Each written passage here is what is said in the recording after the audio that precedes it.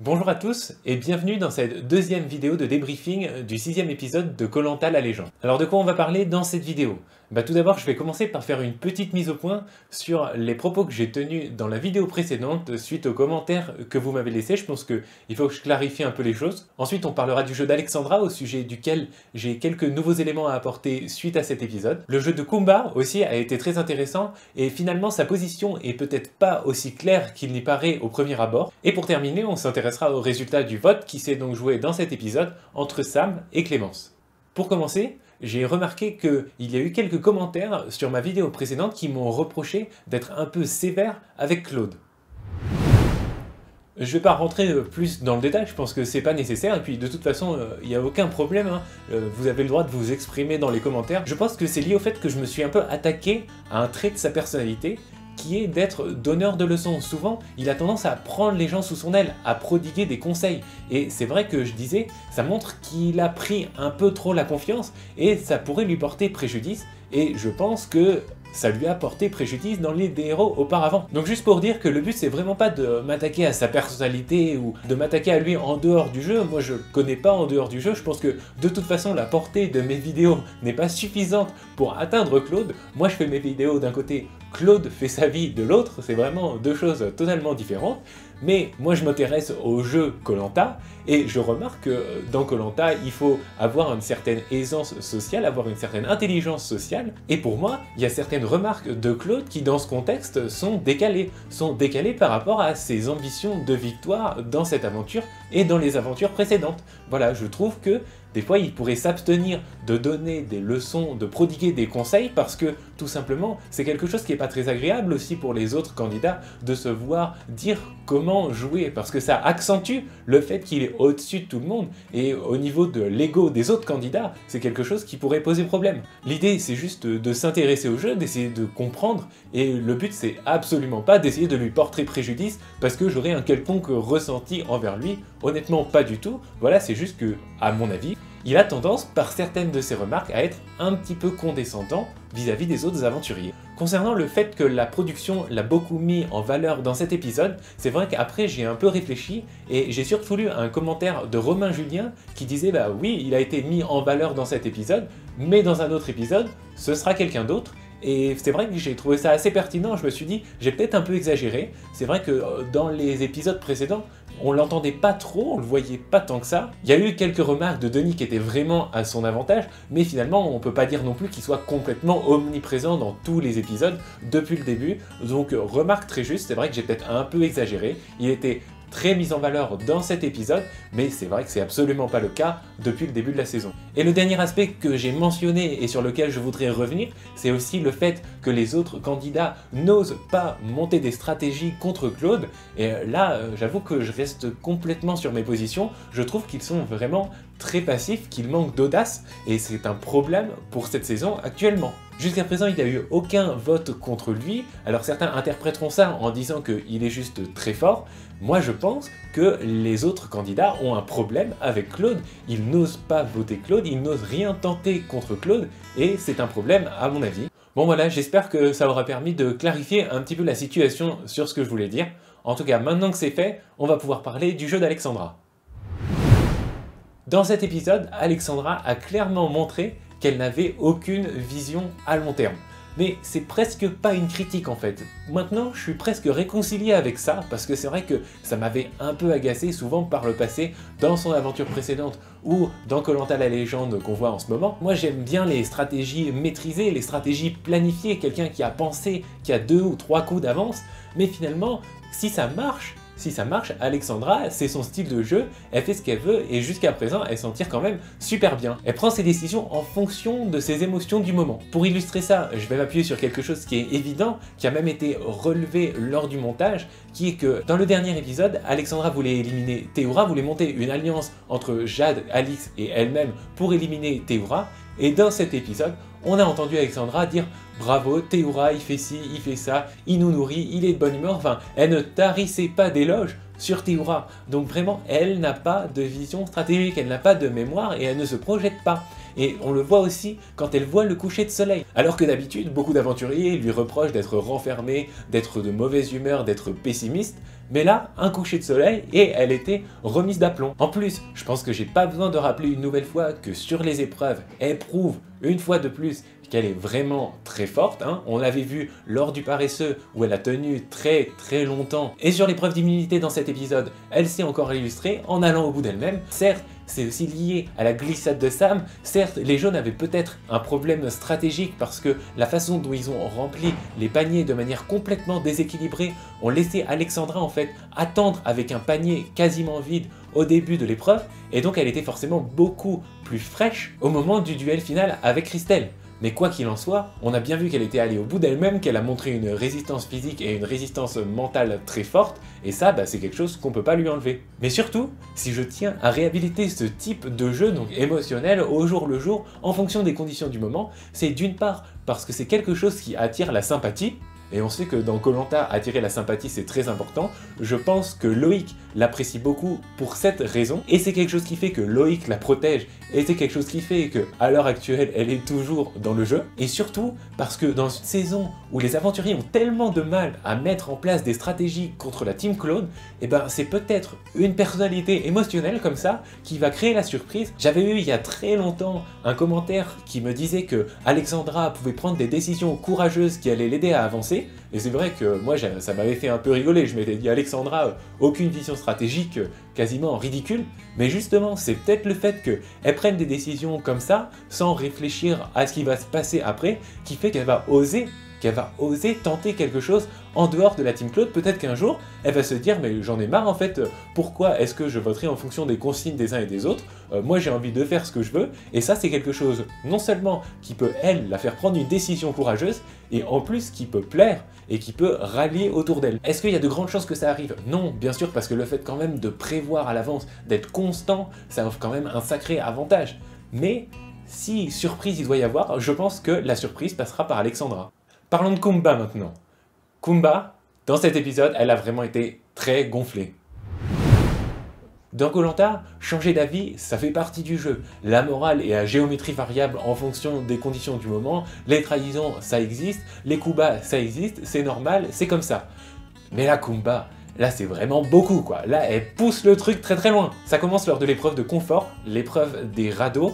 On voit que Kumba a pas réussi à casser sa cible. Bon, ça arrive, alors ça paraissait pas très difficile, mais bon, j'y suis pas, c'est peut-être pas si évident que ça en a l'air, donc elle n'y arrive pas. L'équipe jaune perd du temps à cause d'elle, hein, c'est pas pour l'accabler, mais c'est comme ça. Et on l'entend, quelques minutes plus tard, dire « Oh, on a ralenti, on prend la confiance là, faut pas ralentir, allez, on pagaie, on se dépêche ». Comment tu peux dire ça? Comment tu peux dire ça alors que c'est à cause de toi que cette avance a été en partie perdue? Comment tu peux encore accuser les autres de prendre la confiance? Et une fois de plus, c'est sa façon d'être.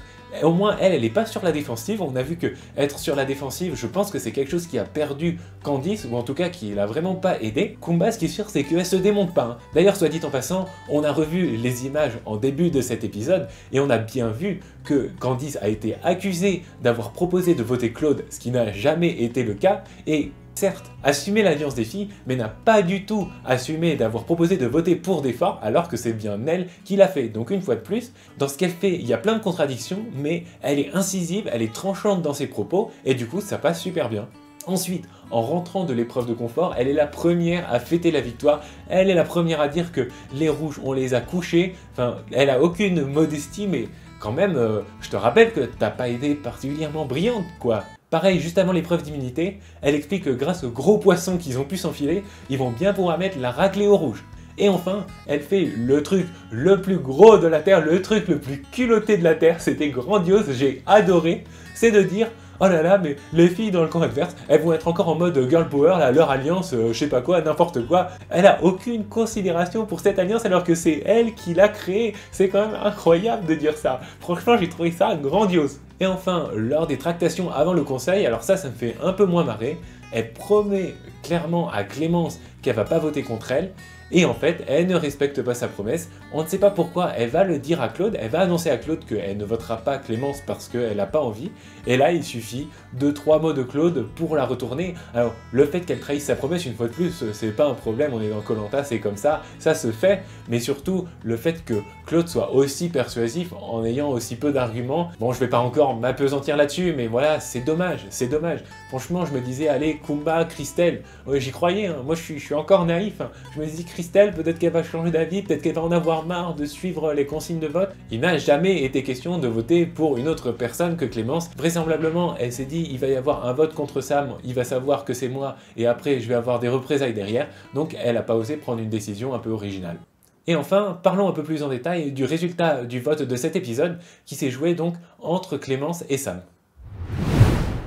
Cet épisode a confirmé quelque chose dont je me doutais un peu, mais je savais pas vraiment honnêtement, c'est que Sam ne s'est pas vraiment amélioré au niveau de son social. On l'a vu faire de gros efforts, assez maladroits honnêtement, lors des premiers épisodes de cette saison, mais le fait est que Christelle l'a bien dit, il ne s'intéresse pas aux gens. Après c'est pareil, hein, c'est son caractère, il est comme ça, il est pas très bavard, il va pas vers les gens naturellement, et c'est quelque chose qui lui porte préjudice et il n'arrive pas à régler ce problème, il n'arrive pas à se forcer à être social. On rajoute à ça le fait qu'il était complètement effacé lors de la construction du radeau, c'était quand même un de ses points forts lors de sa saison, et là il n'a pas voulu se mouiller, il n'a pas voulu prendre de décision. Claude a proposé quelque chose, et là Sam a dit bah moi j'avais pas vu le radeau comme ça, maintenant on fait comme t'as dit, je ne sais pas faire de nœuds.